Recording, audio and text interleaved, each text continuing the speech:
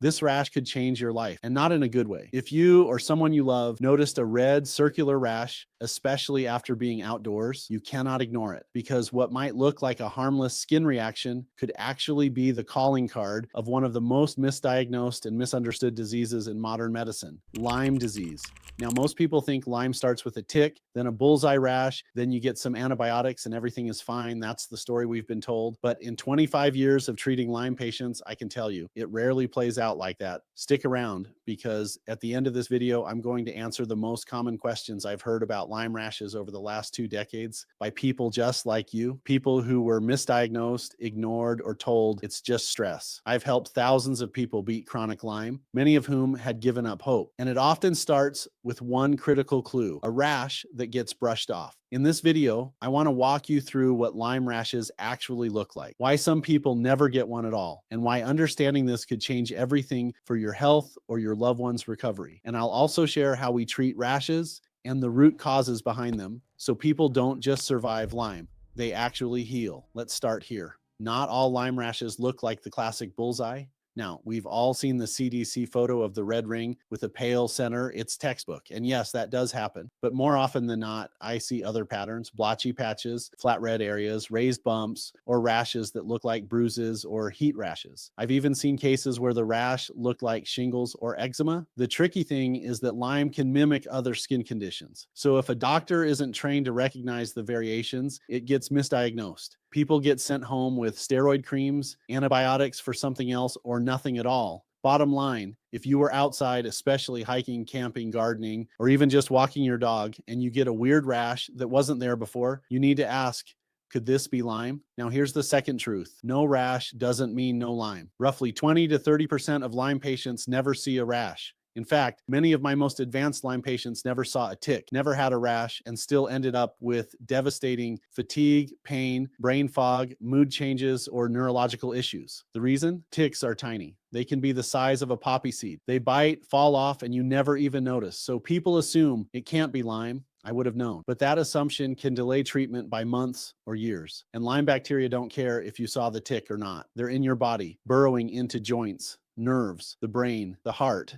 the gut. That's why we say Lyme is the great imitator. It mimics fibromyalgia, chronic fatigue, MS, anxiety, even ALS. And it often starts with a rash or no rash at all. Let me give you an example. One of my patients was a 14-year-old boy named Trevor. He got what his parents thought was a spider bite after a camping trip, a small red bump. It went away in a couple days. No big deal, right? But then Trevor started having trouble concentrating in school. His grades dropped. He stopped playing soccer. He was tired all the time. Doctors said it was growing pains, stress, depression, but his mom knew something wasn't right. Eventually, they found me. We did a full workup, blood work, energetic testing, live cell analysis, and sure enough, Lyme. That little bump, that was the only sign. Trevor is now back in school, back on the field, and doing fantastic. But that story could have gone a very different way. So let's talk about what's really happening in the body when a Lyme rash shows up. A rash is your immune system's emergency flare. It's saying something's wrong. There's an invader here. The invader is Borrelia burgdorferi, a spiral-shaped bacteria that's incredibly smart and sneaky. It evades the immune system by hiding inside cells, forming protective layers called biofilms, and even shutting down your body's warning systems. That's why so many people with Lyme feel like they're going crazy. The labs come back normal, the scans are clean, but they feel like garbage. Now, here's where things really go wrong in conventional medicine. Someone shows up at urgent care with a rash and flu-like symptoms. Maybe they get a 10-day course of doxycycline. Sometimes that's enough if you catch it immediately, but often it's not. The bacteria is already in the bloodstream, already past the skin. A short course of antibiotics doesn't touch the chronic phase. And that's where we get long-haul Lyme, post-treatment Lyme syndrome, and decades of suffering. Let's pause here. I want to say something to anyone watching this who's been told you're fine or it's anxiety. I believe you. You are not making this up. At the West Clinic, we approach Lyme totally differently. First, we test thoroughly. I don't just rely on one lab test. I look at patterns in your symptoms, your immune markers, your history. I use live cell analysis to look at inflammation, immune stress, and infection markers in real time. And then we support the body, not just fight the bug. We use a combination of therapies that help the body recognize and remove Lyme from the system. Lyme nosode is one of my favorites. It's an energetic imprint that helps the immune system see what it's missing.